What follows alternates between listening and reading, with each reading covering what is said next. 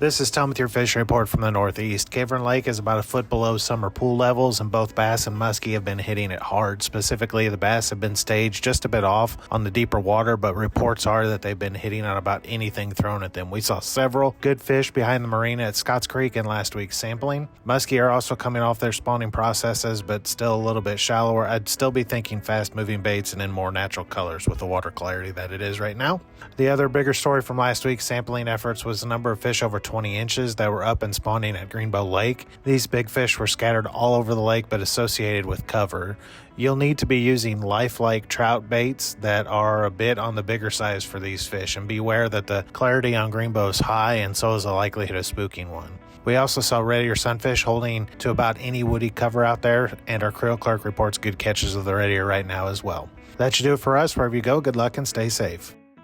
This is Adam Martin with your Western District Fishing Report. Here at Kentucky Lake and Lake Barkley, the lakes are almost up to full summer pool and water temps are right around 64 degrees. After a rapid heat up of 80-degree weather that got everything spawning, we have now had a few frosty nights to slow things down a bit. That's not really a bad thing for the fishing. The bass spawn is still going on, but the majority of the larger fish have already spawned. Male smallmouth will continue to guard their deeper beds for a couple more weeks, and there are still some largemouth beds in the mustard flowers. The bushes are just now getting flooded, and I expect a wave of bass to move into them as the water rises. The crappie spawn is still going on as well, although like the bass, the crappie spawn is slowing down some. There are some fish to be had in the shallows around the flooded laydowns, stake beds, and wind-protected pockets, but for the most part the crappie will be transitioning to slightly deeper water.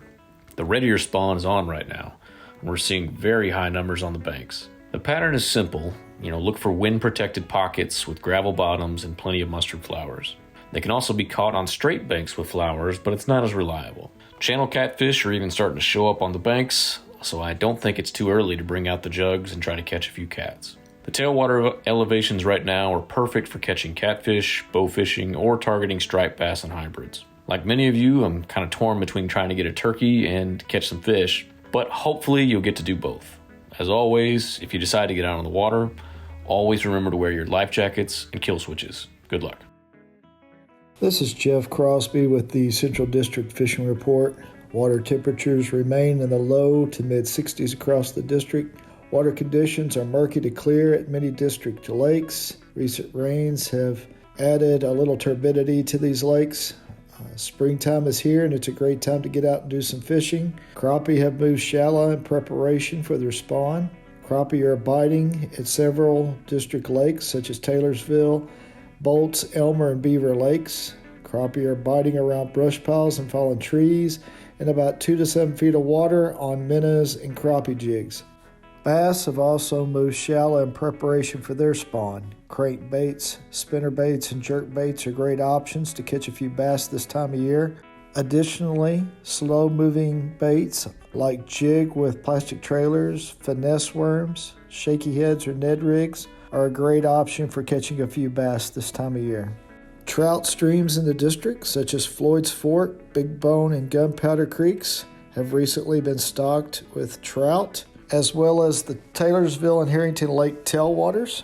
These are great options for catching a few trout this time of year. Please note we are past the March 31st delayed harvest deadline, so trout can be harvested at streams like Big Bone, Floyd's Fork, and Gunpowders after this date.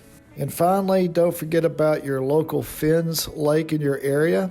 These ponds are great options for good bank fishing opportunities.